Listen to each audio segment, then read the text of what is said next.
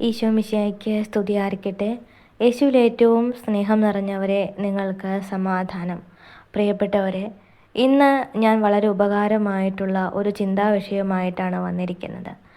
കലഹം നിറഞ്ഞിരിക്കുന്ന കുടുംബങ്ങൾ എങ്ങനെയാണ് പ്രാർത്ഥിക്കേണ്ടത് എന്നതിനെക്കുറിച്ച് വളരെ ചുരുക്കത്തിലൊന്ന് പറയാനായിട്ട് ഞാൻ ശ്രമിക്കുകയാണ്. പ്രിയപ്പെട്ടവരെ, എന്നും നമ്മുടെ കുടുംബങ്ങളിൽ ഇന്നും കണ്ടുവരുന്ന ഒരു സാഹചര്യമാണ്, പ്രത്യേക തരത്തിലുള്ള ദുഃഖം നിറഞ്ഞ ഒരു സാഹചര്യമാണ് കലഹമെന്ന് പറയുന്നത്.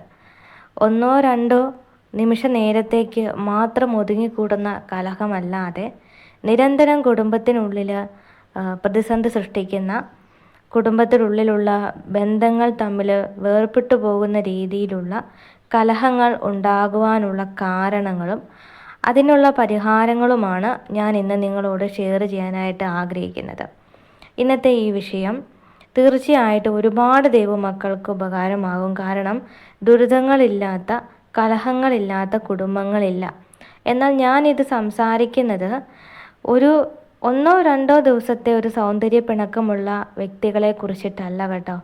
മറിച്ച് നമ്മുടെ കുടുംബജീവിതത്തിൽ നിരന്തരം എന്നും ഒരു സമയത്ത്, അത് ചിലപ്പോൾ രാവിലെ ആകാം, ഉച്ചയ്ക്കാകാം, വൈകിട്ടാവാം, പാതിരാത്രിയാവാം, ഏത് സമയത്താണെങ്കിലും ഡെയിലി ആ ഒരു ടൈമിൽ ഒരു ദിവസം നീണ്ടു നിൽക്കുന്ന കലഹം അത് നമ്മുടെ കുടുംബത്തെ സമാധാനം കെടുത്തുന്നു, പ്രാർത്ഥനയെ നശിപ്പിക്കുന്നു, ഒരു അന്തരീക്ഷം ഉണ്ടാക്കിയെടുക്കുന്നു. ഇത്തരത്തിൽ പോകുന്ന കുടുംബങ്ങളെയാണ് ഞാൻ ദൈവത്തിന് സമർപ്പിച്ച് ഇന്ന് പറയാനായിട്ട് ആഗ്രഹിക്കുന്നത്. ഈ കലഹമുണ്ടാകാനുള്ള സാധ്യതകൾ എന്തൊക്കെയാണെന്ന് നമുക്ക് നോക്കാം. ഒന്നാമതായിട്ട്, തെറ്റിദ്ധാരണകൾ ഉണ്ടാകുമ്പോൾ കലഹം ഉണ്ടാവാറുണ്ട്. രണ്ട്, ക്ഷമയില്ലായ്മയാണ്. അത് നമുക്ക് സ്വാഭാവികമായിട്ട് എല്ലാ മനുഷ്യരിലും ഉള്ളൊരു കാര്യമാണ്, ക്ഷമയില്ലായ്മ. 3, കോപമാണ്. നമുക്കറിയാം, അതും എല്ലാ മനുഷ്യരിലും ഉണ്ട് കോപം. മറ്റൊന്നാണ് അഭിമാനത്തെ ചൊല്ലിയുള്ള തർക്കങ്ങൾ. മറ്റൊരു കാര്യമാണ്, നമ്മൾ ഏതെങ്കിലും തരത്തിലുള്ള തെറ്റിലേക്ക് ചെന്ന് ചാടുമെന്ന് നമ്മുടെ പ്രിയപ്പെട്ടവർക്ക് തോന്നുകയാണെങ്കിൽ, അതിപ്പോൾ നമ്മുടെ മാതാപിതാക്കളോ സഹോദരങ്ങളോ സുഹൃത്തുക്കളോ ആരുമാകാം, അവർ നമുക്കൊരു സൂചന തരുമ്പോൾ അതിനെ ധിക്കരിക്കുന്നത് മൂലം നമ്മുടെ കുടുംബങ്ങളിൽ പ്രശ്നങ്ങളുണ്ടാകുന്നു. ചുരുക്കി പറഞ്ഞാൽ, കൂടുതലായിട്ടും കുടുംബത്തിനുള്ളിൽ കലഹം വരുന്നതിന് ഒരു പ്രധാന ഘടകങ്ങളാണ് ഇപ്പോൾ ഞാൻ നിങ്ങളോട് പറഞ്ഞിരിക്കുന്നത്. ദൈവം നമ്മളോട് സംസാരിക്കാൻ ആഗ്രഹിക്കുന്നത് എല്ലാവരും സമാധാനത്തിൽ വസിക്കുക എന്നുള്ളതാണ്. ഇത്തരം സാഹചര്യങ്ങളിലാണ് നമ്മൾ സമാധാനം തേടി പോകുന്നത്. കൂടുതലായിട്ടും അങ്ങനെ തന്നെയാണ്. എനിക്കൊന്ന് സമാധാനമായിട്ടിരിക്കാൻ പറ്റിയിരുന്നെങ്കിൽ, അല്ലേ, സമാധാനമായിട്ടൊന്നും മരിക്കാൻ പറ്റിയിരുന്നെങ്കിൽ എന്ന് ചിന്തിക്കാത്ത മനുഷ്യർ വളരെ ചുരുക്കമാണല്ലേ. അപ്പോൾ അതുകൊണ്ട് എൻ്റെ പ്രിയപ്പെട്ടവരെ, ഇത്തരം സാഹചര്യങ്ങളിൽ ഒരു തെറ്റായ തീരുമാനം നമ്മുടെ ഹൃദയങ്ങളിലേക്ക് വരാനുള്ള സാധ്യത കൂടുതലാണ്. ഇന്നത്തെ കാലഘട്ടത്തെ സംബന്ധിച്ചിടത്തോളം നമുക്കറിയാം, ഏറ്റവും അന്ത്യത്തിൽ നിൽക്കുന്നത്, അതായത് ഒരു എൻഡിങ് ഉണ്ടാവും. ഒരു കുടുംബ കലഹത്തിന് ഒരു എൻഡിങ് എന്താണെങ്കിലും ഉണ്ടാകും. ആ എൻഡിങ്ങിൽ നമ്മൾ പലപ്പോഴും കാണാറുള്ളത് ആത്മഹത്യ ചെയ്യുന്ന ഒരുപാട് കുടുംബജീവിതങ്ങളാണ്.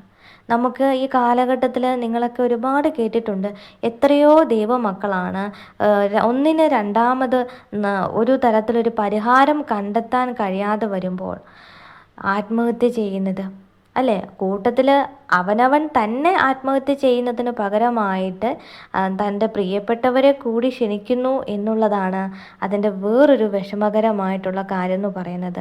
നമുക്കൊക്കെ അറിയാം, എത്രയോ പെൺകുട്ടികൾ മരണപ്പെട്ടു കഴിഞ്ഞു. അവർ പോകുമ്പോൾ അവരെ കുഞ്ഞിനെ കൂടി കൊന്നിട്ട് പോകേണ്ട ഒരു മാനസികാവസ്ഥ വരെ കലഹത്തിനുള്ളിൽ സൃഷ്ടിച്ചിട്ടുണ്ട്. പ്രധാനമായിട്ടും നമ്മൾ കലഹങ്ങൾ കാണുന്നത് ദമ്പതിമാരുടെ ഇടയിലാണ്, കുടുംബജീവിതത്തിലാണ് ഏറ്റവും അധികമായിട്ട് കലഹങ്ങൾ ഉണ്ടാകുന്നത്. ഇതിനെ നമുക്ക് എങ്ങനെയാണ് മാനുഷികപരമായല്ല ദൈവികപരമായി പ്രാർത്ഥനയിലൂടെ എങ്ങനെയാണ് മാറ്റിയെടുക്കാനായിട്ട് സാധിക്കുന്നത്? നമുക്ക് ആദ്യം വേണ്ടത് ഒരു കോൺഫിഡൻ്റ് ആണ്. നമ്മളെ ഒരു വ്യക്തി, അല്ലെങ്കിൽ ഓർക്കുക, നിങ്ങളെ സാത്താൻ അടിച്ചിടാനായിട്ട് ശ്രമിക്കുമ്പോൾ തീർച്ചയായിട്ടും നിങ്ങൾ അതിനെ തടഞ്ഞു നിർത്തേണ്ടത് അത്യാവശ്യമാണ്. അതേസമയം നമ്മൾ ആ കാരണം മനസ്സിലാക്കാതെ പെട്ടെന്ന് നമ്മുടെ ഉള്ളിൽ തോന്നുന്ന ചിന്തകൾക്ക് നമ്മൾ വില കൊടുത്ത് അത് കേട്ടുകൊണ്ട് ആവശ്യമില്ലാത്ത കാര്യങ്ങളിലേക്ക് നമ്മുടെ ഹൃദയത്തെ കൊണ്ടുപോയി നമ്മുടെ ഒരു തെറ്റ് കാരണം, നമ്മൾ ചെയ്യുന്ന ഒരു ചെറിയ തെറ്റ് കാരണം നമ്മുടെ കുടുംബം മുഴുവനും ദുഃഖത്തിലേക്ക്, നമ്മുടെ മക്കളെയും നമ്മുടെ കുടുംബത്തെയും ദുഃഖത്തിലേക്ക് തള്ളിയിടുന്നൊരു മാനസികാവസ്ഥ ഉണ്ടാവാൻ പാടില്ല. അതുകൊണ്ട് തന്നെ പ്രാർത്ഥനയ്ക്ക് നമ്മുടെ കുടുംബജീവിതത്തിൽ വലിയൊരു സ്ഥാനമുണ്ട്. ഈ പ്രാർത്ഥനയിലൂടെ നമുക്ക് എങ്ങനെയാണ് ഈ കലഹത്തെ പൂർണ്ണമായിട്ടും മാറ്റിയെടുക്കാനായിട്ട് സാധിക്കും എന്നുള്ളതിനെക്കുറിച്ച് നമുക്ക് ചിന്തിക്കാം. പ്രാർത്ഥനയെക്കുറിച്ച് എല്ലാവർക്കും അറിയാവുന്നതാണ്. പ്രിയപ്പെട്ടവരെ, നമ്മുടെ അന്തരീക്ഷം എന്ന് പറയുന്നത് ശരിക്കും പൈശാചികമായിട്ടുള്ള അരൂപികൾ നിറഞ്ഞ അന്തരീക്ഷം ഉണ്ടാവുന്നത് എങ്ങനെയാണ്? നമ്മുടെ കുടുംബത്തിനുള്ളിൽ കലഹങ്ങൾ നടക്കുമ്പോൾ അവിടെ കലഹത്തിൻ്റെ ദുരാത്മാക്കൾ ഉണ്ടാകുന്നു.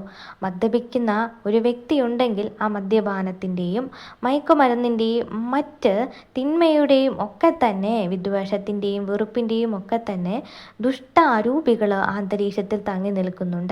അതേസമയം നമ്മൾ പ്രാർത്ഥിക്കുന്ന ഒരു കുടുംബത്തിൽ തീർച്ചയായിട്ടും ആ അന്തരീക്ഷത്തെ മാറ്റിയെടുക്കാൻ പ്രാർത്ഥനയ്ക്ക് സാധിക്കും. നമ്മൾ ബൈബിൾ വായിക്കുമ്പോൾ ജപമാല നമ്മൾ സമർപ്പിച്ച് പ്രാർത്ഥിക്കുന്നു, കുർബാന സമർപ്പണം ചൊല്ലുന്നു.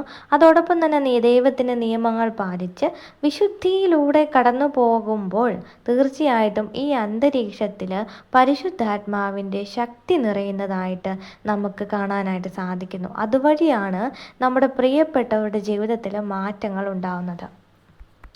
ഓർക്കുക, സമാധാനം മനുഷ്യൻ്റെ ബലത്തിൽ നിന്നല്ല ഉണ്ടായിരിക്കുന്നത്, ദൈവത്തിൻ്റെ കൃപയിൽ നിന്നാണ്. നമ്മൾ ആ സമയത്തെ പ്രാർത്ഥിക്കാനായിട്ട് ഉപയോഗിക്കുമ്പോൾ അവിടെ നമുക്ക് നമ്മുടെ ഭയത്തെ മാറ്റാനായിട്ട് സാധിക്കുന്നു, ആ അന്തരീക്ഷത്തെ മാറ്റാനായിട്ട് സാധിക്കുന്നു. ഹൃദയത്തിനുള്ളിലെ തീവ്രമായ വേദനകളും മുറിപ്പെടുത്തലുകളും വെറുപ്പിനെയും വിദ്വേഷത്തെയൊക്കെ മാറ്റാനായിട്ട് പ്രാർത്ഥനയിലൂടെ സാധിക്കുന്നു എന്നുള്ളതാണ്. ഒരു കുടുംബത്തിൽ ഒരു വ്യക്തി മതി പ്രാർത്ഥിക്കാനായിട്ട്. ആ ഒരു വ്യക്തിയെ ദൈവം തിരഞ്ഞെടുക്കുന്നു. അങ്ങനെ ആ കുടുംബം വഴി പ്രാർത്ഥിക്കുമ്പോൾ, ആ കുടുംബത്തിൽ ആ വ്യക്തി പ്രാർത്ഥിക്കാൻ തുടങ്ങുമ്പോൾ അവരുടെ അന്തരീക്ഷം മാറുന്നു. പക്ഷേ നമ്മൾ ചെയ്യേണ്ട 2 കാര്യങ്ങളാണ്. ഒന്ന്, നമ്മൾ ആരാണോ പ്രാർത്ഥിക്കുന്നത് ആ വ്യക്തിയുടെ ഉള്ളിൽ തിന്മയോ കോപമോ വിദ്വേഷത്തിൻ്റെയോ വെറുപ്പിൻ്റെയോ യാതൊരു തരത്തിലുള്ള പൈശാചിക സാന്നിധ്യങ്ങളോ ഉണ്ടാവാൻ പാടുള്ളതല്ല. അത് പ്രത്യേകം ശ്രദ്ധിക്കണം. മറ്റൊന്നാണ് നമ്മൾ കുമ്പസാരിക്കേണ്ടത്. വളരെയധികം ദൈവത്തോട് ചേർന്നിരുന്ന് തന്നെ നമ്മുടെ തെറ്റുകൾ, നിങ്ങൾ ഇന്നുവരെ ഒരു പക്ഷേ നിങ്ങളുടെ ജീവിത പങ്കാളിയോട് തർക്കിക്കുന്ന ഒരു വ്യക്തിയായിരിക്കാം. പക്ഷേ ഓർക്കുക, നമ്മൾ ദൈവവുമായിട്ട് ചേർന്നിരിക്കുമ്പോൾ അവിടെ ദൈവത്തിൻ്റെ സാന്നിധ്യം അനുഭവിക്കണമെങ്കിൽ നമ്മുടെ ഉള്ളിൽ വെറുപ്പും വിദ്വേഷവും ഉണ്ടാവാൻ പാടുള്ളതല്ല. അതുകൊണ്ട് തന്നെ ദൈവത്തോട് നമ്മുടെ ഉള്ളിലുള്ള കാര്യങ്ങൾ ഏറ്റുപറഞ്ഞ് അനുദപിക്കാനായിട്ട് ശ്രദ്ധിക്കണം. രണ്ടാമതായിട്ട് ചെയ്യേണ്ട വലിയൊരു കാര്യമാണ് നമ്മുടെ പ്രിയപ്പെട്ടവർ ആരാണോ നമുക്കെതിരെ നിൽക്കുന്നത് അവർക്ക് വേണ്ടി പ്രാർത്ഥിക്കുക എന്നുള്ളതാണ്. അതായത് ആ വ്യക്തിക്ക് വേണ്ടി മാത്രമല്ല, നമ്മുടെ കുടുംബത്തിലുള്ളവർക്കും ചുറ്റുമുള്ളവർക്കും വേണ്ടി സമർപ്പിച്ച് പ്രാർത്ഥിക്കുക. പ്രത്യേകമായിട്ട് നിങ്ങളുടെ ഹസ്ബൻഡ് ഒരു മദ്യപാനിയാണെങ്കിൽ ആ ഭർത്താവിൻ്റെ മദ്യപാനം മാറുന്നത് നമ്മൾ പ്രാർത്ഥിക്കും. പക്ഷേ അതേസമയം ദൈവം ആഗ്രഹിക്കുന്നത് അദ്ദേഹത്തെ പോലെ തന്നെ, മദ്യപാനിയായിരിക്കുന്ന വ്യക്തിയെ പോലെ തന്നെ അനേകം മദ്യപാനികളുടെ മദ്യപാനം മാറ്റിക്കിട്ടാൻ, അവരുടെ മേലുള്ള ഈ കെട്ട്, ഈ ബന്ധനം അഴിഞ്ഞു പോകാനായിട്ടും കൂടി നമ്മൾ പ്രാർത്ഥിക്കേണ്ടതുണ്ട്. അതുപോലെ കുടുംബത്തിൽ കലഹമുള്ള കുടുംബങ്ങളാണെങ്കിൽ ഈ കലഹം നമ്മുടെ കുടുംബത്തിൽ നിന്നും മാത്രം മാറ്റാനല്ല, മറിച്ച് കലഹമുള്ള എല്ലാ കുടുംബത്തിൽ നിന്നും ഈ ദുഷ്ട അരൂപിയെ എടുത്തു മാറ്റാൻ ദൈവത്തോട് പ്രാർത്ഥിക്കണം. അപ്പം നമ്മൾ ഓർക്കുക, നമ്മുടെ ജീവിതത്തെ ഒരിക്കലും തകർക്കാനല്ല ഇത്തരം അന്തരീക്ഷങ്ങൾ സൃഷ്ടിക്കപ്പെടുന്നത്. നമ്മുടെ ജീവിതത്തിൽ നമ്മളെ ദൈവം മാറ്റിയെടുക്കുകയാണ്. നമ്മളിലൂടെ മറ്റൊരു വ്യക്തിയെ ദൈവം മാറ്റിയെടുക്കുകയാണ് ചെയ്യുന്നത്. ദിവസവും അതിനായി നമുക്ക് ചെയ്യേണ്ട ചെറിയ കാര്യങ്ങളാണ്. ദിവസവും ഒരു 5-10 മിനിറ്റോ ദൈവത്തെ സ്തുതിക്കുന്നത് നമ്മൾ നിർത്താതെ ഇരിക്കുക. ക്ഷമിക്കുക. എല്ലാവരോടും നമ്മൾ ക്ഷമിക്കേണ്ടവരോട് ക്ഷമിക്കണം. നമ്മുടെ പ്രിയപ്പെട്ടവർ നമ്മൾ ചെയ്യുന്നത് തെറ്റാണ് എന്ന് പറയുമ്പോൾ അത് കേൾക്കാനുള്ള ഒരു മനസ്സ് നമ്മൾ കാണിക്കണം. അതുകൊണ്ട് തന്നെ നമുക്ക് പല വിധത്തിലുള്ള തെറ്റിദ്ധാരണകളിലേക്കും തെറ്റിലേക്കും ചെന്ന് വീഴാതിരിക്കാനുള്ള സാഹചര്യങ്ങൾ ഉണ്ടാവുന്നുണ്ട്. പലപ്പോഴും നമ്മൾ നമ്മുടെ പ്രിയപ്പെട്ടവരുടെ വാക്കുകൾ ധിക്കരിക്കുമ്പോഴാണ് കൂടുതൽ പ്രതിസന്ധികളെ സൃഷ്ടിക്കുന്നതുമൊക്കെ. അതുകൊണ്ട് എൻ്റെ പ്രിയപ്പെട്ടവരെ, കലഹങ്ങളെ നമ്മൾ ഭയപ്പെടേണ്ടതില്ല. മറിച്ച് നമ്മൾ പ്രാർത്ഥിക്കണം.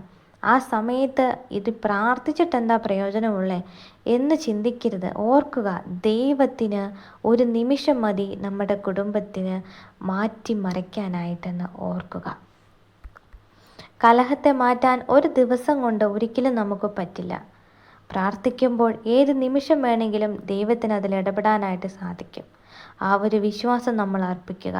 പ്രിയപ്പെട്ടവരെ, പറയാൻ വാക്കുകളിലൂടെ എളുപ്പമുള്ളതാണ്, പക്ഷെ അനുഭവിക്കുന്നവർക്ക് അതിൻ്റെ വേദന അറിയൂ. ഞാനും ഇതുപോലെ സാഹചര്യത്തിലൂടെ ആത്മഹത്യയുടെ വക്കിലൂടെ കടന്നുപോയ ഒരാളാണ്. പക്ഷേ രണ്ടും കൽപ്പിച്ച് പ്രാർത്ഥന എന്ന ആയുധം കയ്യിലെടുത്തപ്പോൾ സാത്താൻ എൻ്റെ ജീവിതത്തിൽ നിന്ന് എന്നേക്കുമായിട്ട് വിട്ടുപോയി. ഇന്നും എന്നെ ആക്രമിച്ചുകൊണ്ടേയിരിക്കുന്നു. പക്ഷേ ഞാൻ തളരില്ല എന്നുള്ളൊരു ഉറപ്പ് അവനുള്ളതിനാൽ ദൈവം അവനെ ഒരിക്കലും എൻ്റെ കുടുംബത്തെ തകർക്കാനായിട്ട് അനുവദിച്ചിട്ടില്ല. പ്രിയപ്പെട്ടവരെ, പ്രാർത്ഥനയ്ക്ക് ശക്തിയുണ്ട്. അത് അനുഭവിച്ചവർക്ക് അതറിയാൻ പറ്റും. ആത്മഹത്യയെക്കുറിച്ച് ചിന്തിക്കാതെ, കലഹങ്ങൾ ഉണ്ടാക്കണ എങ്ങനെയെന്ന് ചിന്തിക്കാതെ സമാധാനത്തിൽ വർത്തിക്കപ്പെടുവാൻ ദൈവസന്നിധിയിൽ നമ്മൾക്ക് മുട്ടുകുത്താം. ദൈവം എല്ലാവരും അനുഗ്രഹിക്കട്ടെ.